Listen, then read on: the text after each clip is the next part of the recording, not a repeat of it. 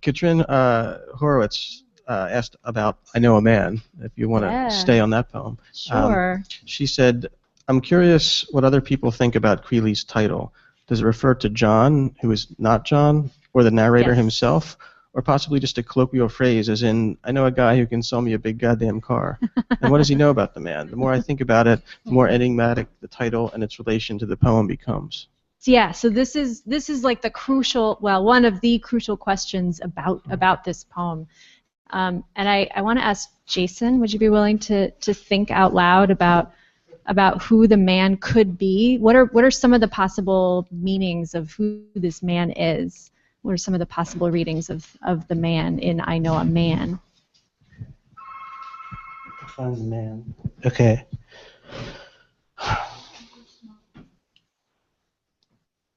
I mean, is it John? As I said to my friend, John. Oh no. Well, who knows? But it could be Robert Creeley. Okay. It could be.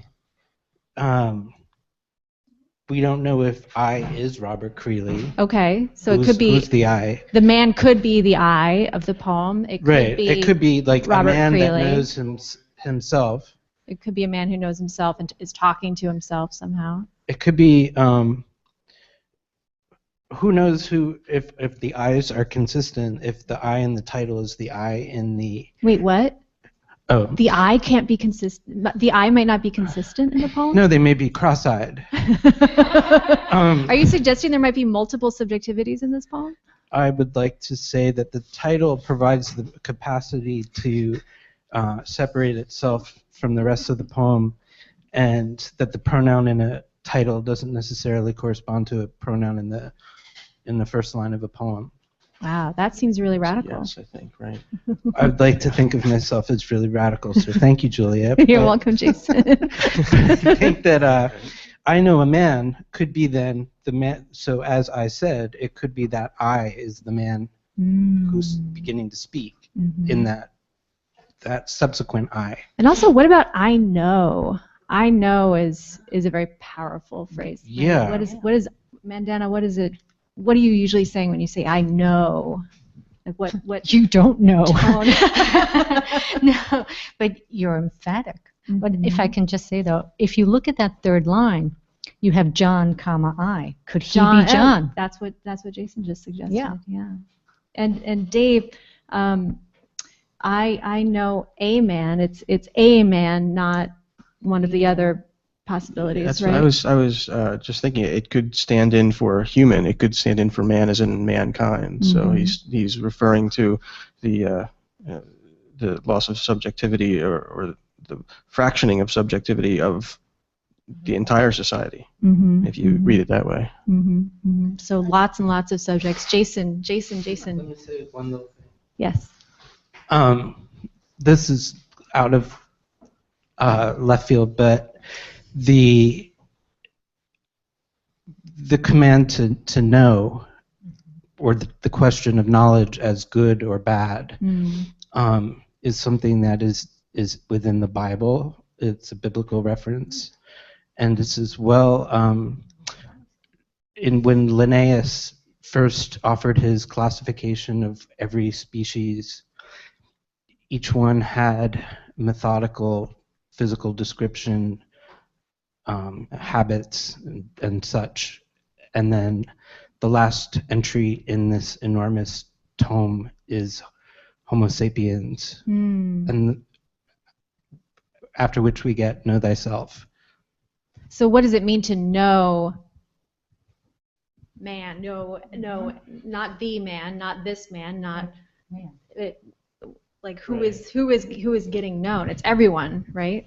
Or is a man is knowing a man knowing all men? As long as if you know a man, or is every man so distinct that to know a man is to know someone in all their particularity, all of their idiosyncrasy. In the biblical sense, is to know humanity.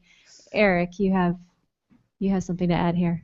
So I read this poem in the vein of, say, Thomas Pynchon's Inherent Vice. as a critique of a certain moment or a certain aspect of beat culture. And the I Know a Man is the beginning of a tall tale being told maybe by Neil Cassidy while he's driving a car down the motorway at 130 miles an hour, and he's not really looking, and the other person is like, there's chickens in the road, but it's also about, you know, the kind of sharing of philosophy and tall tales and the way the Beats use their history as tall tales. So it becomes a meta poem about a certain moment in literary history and a certain way of living. Maybe that's very attractive, but also maybe dangerous. So the title already announces that this will be a poem about what it's like to drive both against and into the darkness that surrounds us, right? Which is kind of the cultural moment of the Beats and the poets we consider it as adjacent to the Beats, like Robert Creeley. So yeah, such a great question about the title. It goes back to what we were talking about earlier about how to read, right? How do you read a title? How do you read a title in relationship to a poem? Often in the case of especially someone like William Carlos Williams, we read the title as the first line in the poem. And in the case of I Know a Man, it functions very well that way, I think. So we have another caller. Connie, who do we have on the phone? We have John from Seattle on the phone, and he actually wants to continue talking about Creeley's I Know a Man. Awesome.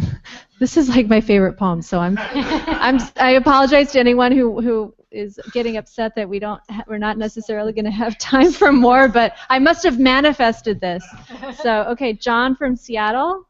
Yeah, hi. How is everybody? Hi, how are you tonight? I'm doing great, thank you. I wanted to just talk a little bit about Robert Creeley. I heard him speaking regarding the way that he recites this poem, I Know a Man. Mm-hmm.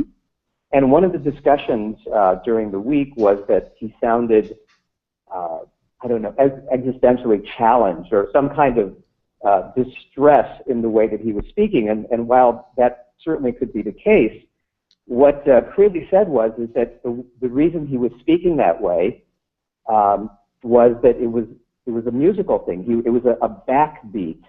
And I thought that this week was so amazing because of the musicality component, the jazz, the drumming, and the Jane Cortez and the Ann Waldman recordings. It's so amazing. And so I thought it was important to just recognize that what he was doing there was a very conscious effort, again, to sound, in this case, you know, what rock and roll or maybe rhythm and blues, even more predating rock and roll per se, but Chuck Berry, if it has a beat, you can't forget it. And I think that was part of what he was doing there. Mm-hmm. And one other just quick thought, and this is more maybe a little bit on the humorous side, but I was just loving Ginsberg, and it struck me that he was the unholy love child of Stein, Kerouac, and Whitman, and just the way he's such a sprite and such an imp, and all of his subversiveness just is quite delicious and humorous and serious. But it's the whole gestalt, it's the whole idea. I think that's maybe his whole Buddhist thing, but yeah, that was just kind of my thoughts on this week. Loving the program, the whole thing, though. And I love the TAs. And yeah, aren't they great? Yeah, it's like I don't know how you choose these folks, but it's brilliant. So love it. Well, Steve, thank you so much for that. I'm wondering, when you say you're pointing out that Creeley thought of his voice as an instrument, I'm wondering, what do you think are like the stakes of approaching the voice as an instrument? Because if it's not an instrument, if it's not something made to make sound, it's another way that we often think about the voice is as something that is just a tool of expression. It's sort of expressing, it's expressing your subjectivity. It's expressing your authentic self. It's expressing your sense of yourself as a person. So what does it mean to then think of it more as an instrument? What do you think is the difference there? Yeah, well, to me, great question. I think that this whole idea of inspiration, the taking in of breath, and then releasing it is very shamanic. This is quite, we got to a place here this week with a very bardic quality to me, in a magical sense. Like when writing was not available to the masses, it was all oral tradition, and this just goes right back that to me. It's so visceral. I mean, listening to Kerouac just absolutely really blew my mind, and I know that's a horrible cliche, but it's true. I literally was stunned hearing Kerouac recite, and then understanding what he meant about blowing from the bottom of your soul. I mean, the idea of soul and shamanic, I just felt that it was maybe the most spiritual week that we've had, if I could put it that way. That's great.